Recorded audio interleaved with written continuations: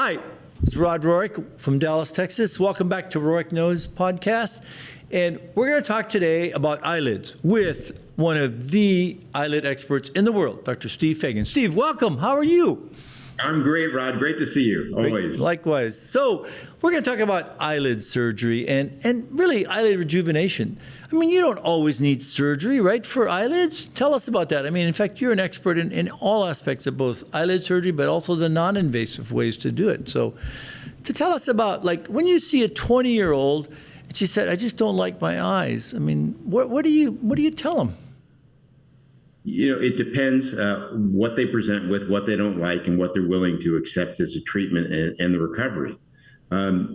In my opinion, I think usually surgery is the longest lasting option, but not always. Right. So in a young patient with a little bit of a hollow or bag in the lower lid, certainly those patients would do reasonably well with very conservative amounts of filler to the lower lid. And done well with appropriate amounts, I think they can get a good result. Now, the misconception is that it works well for everybody, and it doesn't. Right. Young patients, the patients that need the least always do the best.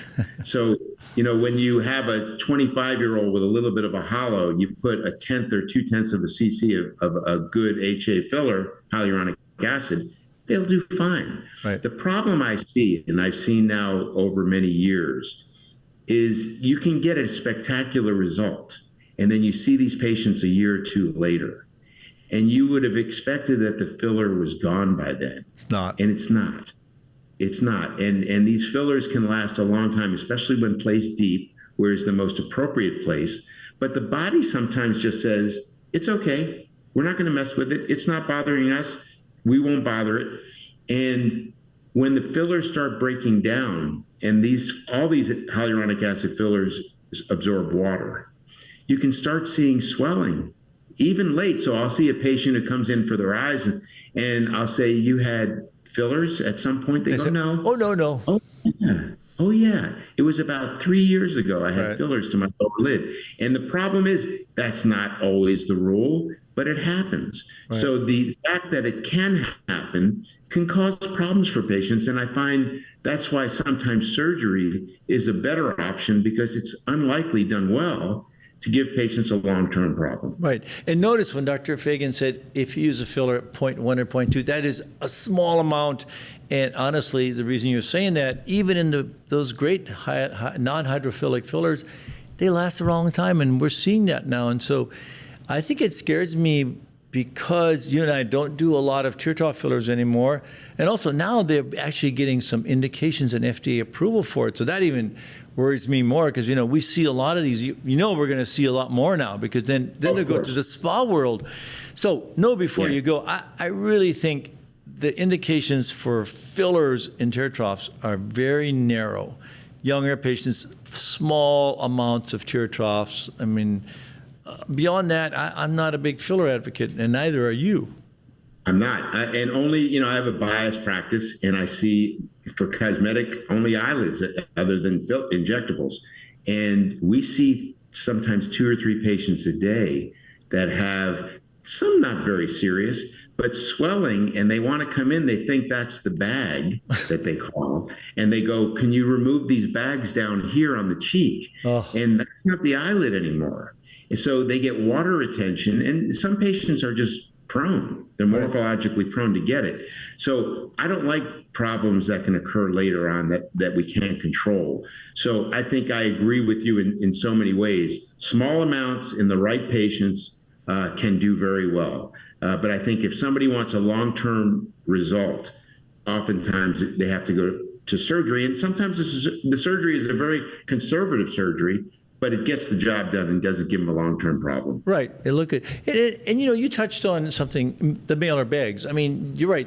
People think that this is, a problem from their eyelid, and it's not. These are malar bags, and these are challenges. So, Steve, what do you tell your patients? I recently had a patient that was like 3 years out from her facelift, and she said, my eyelid bags are back, and she sent me a photo. I think she was on vacation, and I said, those aren't, your eyelid bags. These are tear troughs. These are tear troughs. So tell us how you handle that. Malar bags, as you know, as well as anyone, are very difficult to treat. So you can do an extended blepharoplasty and get very aggressive. Oh. And yet, through all that surgery, the patients typically see what's left.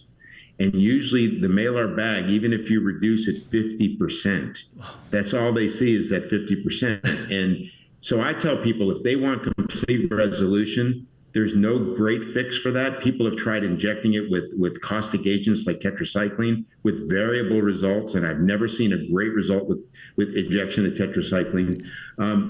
Direct excision, unfortunately, is usually the most effective, but it leaves a scar, meaning you actually excise that little sausage-shaped area, and you can get that swelling area to go away. Amazing. But it leaves a scar. Yeah, leaves a scar. But it is, and actually, you and I have discussed this many times, and it's an amazing treatment for it. That is probably the best treatment, but it does give you a scar. But it is also amazing how well that scar heals. I must say, and I do it more in males than females. It's unbelievable. But they have to accept that, and because there's no other treatment. I mean, there are other things like radiofrequency microneedling, Morpheus sometimes helps a little bit, but the other thing I sometimes have seen now in patients that have had a lot of fillers, it plugs up those lymphatics and it can cause malar bags.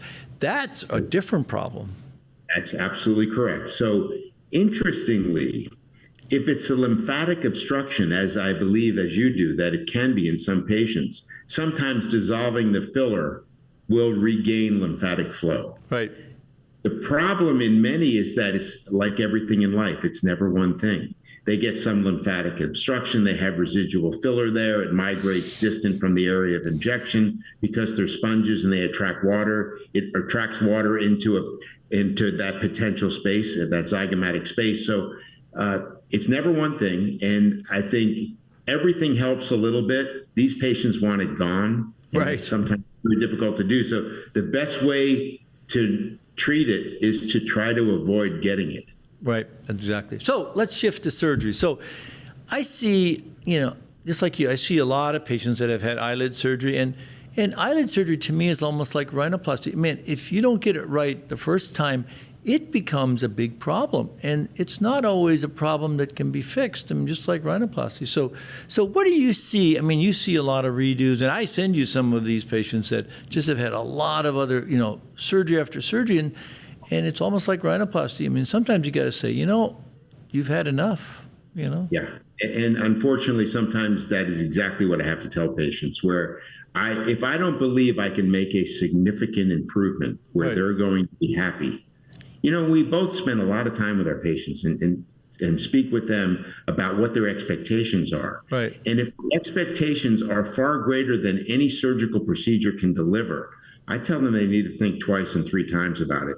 But the problem we see is aggressive surgery without fully understanding the anatomy of the eyelid.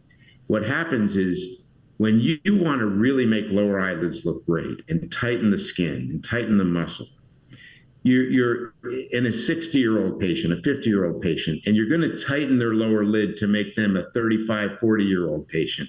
Their tendons no longer have the support of a 30 to 40-year-old patient. Right. So if you don't, it's like building 101, construction 101. You've got to create the support to allow you to do procedures that make them happy with tightening so that it doesn't change the shape of the eye. That's what happens. They wind up getting lid retraction or pull down lids and rounding of the eyes, which is unavoidable if you don't fully support the lower eyelid. So I wrote the article on retinacular suspension many years ago because it was a simple way to support the eyelid through the existing incisions without additional incisions and cutting and shortening the eyelid.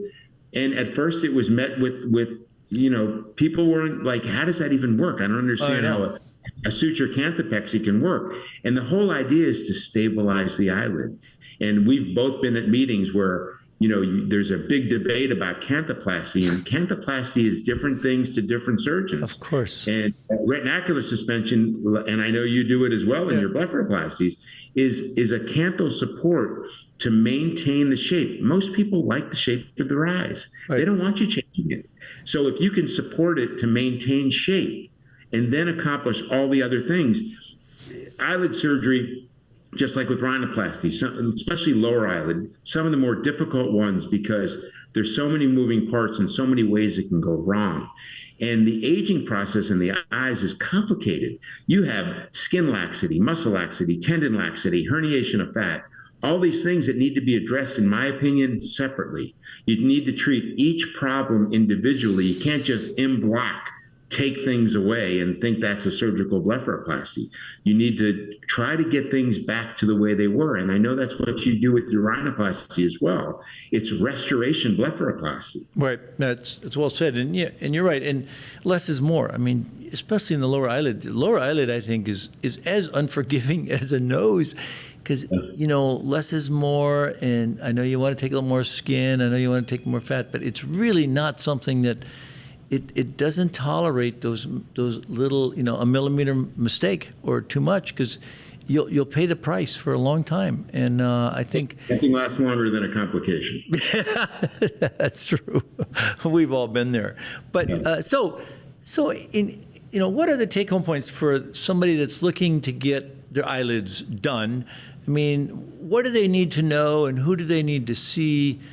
So they can get a good opinion, but also finding the right surgeon for them, and especially, in patients that, they have dry eyes. Everybody has dry eyes right after age 50. They do. Sure. Yeah. Sure. And interestingly, that's the age when they're having surgery. So, the 35-year-old patient doesn't have dry eyes after surgery. Right. The 60-year-old patient can. Right. So, and tear duct and tear strip and Schirmer's tests and ways to check dry eyes are reasonably worthless, because if you do great surgery on someone who has dry eyes, you're probably not going to worsen their dry eyes. Exactly. If you do terrible surgery on someone who doesn't have dry eyes, you can give them dry eyes. So the results of those tests doesn't tell you if a patient's going to have problems with dryness. What will hopefully ensure that they won't have any worsening of the dry eye symptoms is good, sound surgery, right, and to protect them. So you have to protect them in every way. And again, part of it is maintaining lid shape, because when the lids pull down, the patients get more dry and they have more exposure and they need to use more lubricant. So the take-home message for patients, in my opinion, is not go by their title. I've trained in oculoplastic surgery, so I am not of the school to say that you need to go to an oculoplastic surgeon to have a blepharoplasty. Right. I know plastic surgeons, obviously yourself included, who I would have my eyes done by, because I know you would do the right thing. You need to go to someone, obviously, who's board certified, but has a reputation of doing good eyes. Like right. You would go to somebody who has a reputation of doing great noses. You need to do some research. People right. spend more time picking the color of their car than they do finding a surgeon sometimes. Right. And you need to do your research. And you see patients that you like the results, or you can't even tell they had surgery, and they say, oh, by the way, I had my eyes done. And you love the result. That's a start. And you go by reputation. Somebody who's board certified, whether they're a plastic surgeon or an oculoplastic surgeon, in my opinion, makes no difference. If they're good at what they do, they're good at what they do. Their title and where they trained is secondary. I agree. And you've got to have the passion, the expertise, and the passion. You hear that, you see and hear the passion out of Dr. Faigen. You got to find somebody that's got that passion, that expertise, loves what they do, and nobody's God, but you're going to greatly enhance your chance of having an excellent result. And I think that's wise words. And so, yeah, I think that's superb. And I respect, I tell you, I've learned so much from Dr. Faigen. I mean, I do so many of the things that you do because, less is more. Don't do crazy stuff, and preserve the eyelid, because you only got one set of eyes, and you don't want to screw them up. And when you look at somebody, you look at their eyes first. Yeah, eye contact and eyesight is precious. Yeah, obviously for everyone. Right. And they can handle some problems with other areas of the body that may be fixable, maybe not. Right. But eye problems, they can be long lasting. Right. And patients are fearful of that. And they're mindful, and do your research. Find a surgeon, a plastic surgeon, oculoplastic surgeon, even a facial plastic surgeon in your town. Right. Or even if you have to travel, to seek somebody who you believe is going to do the best for you. Right.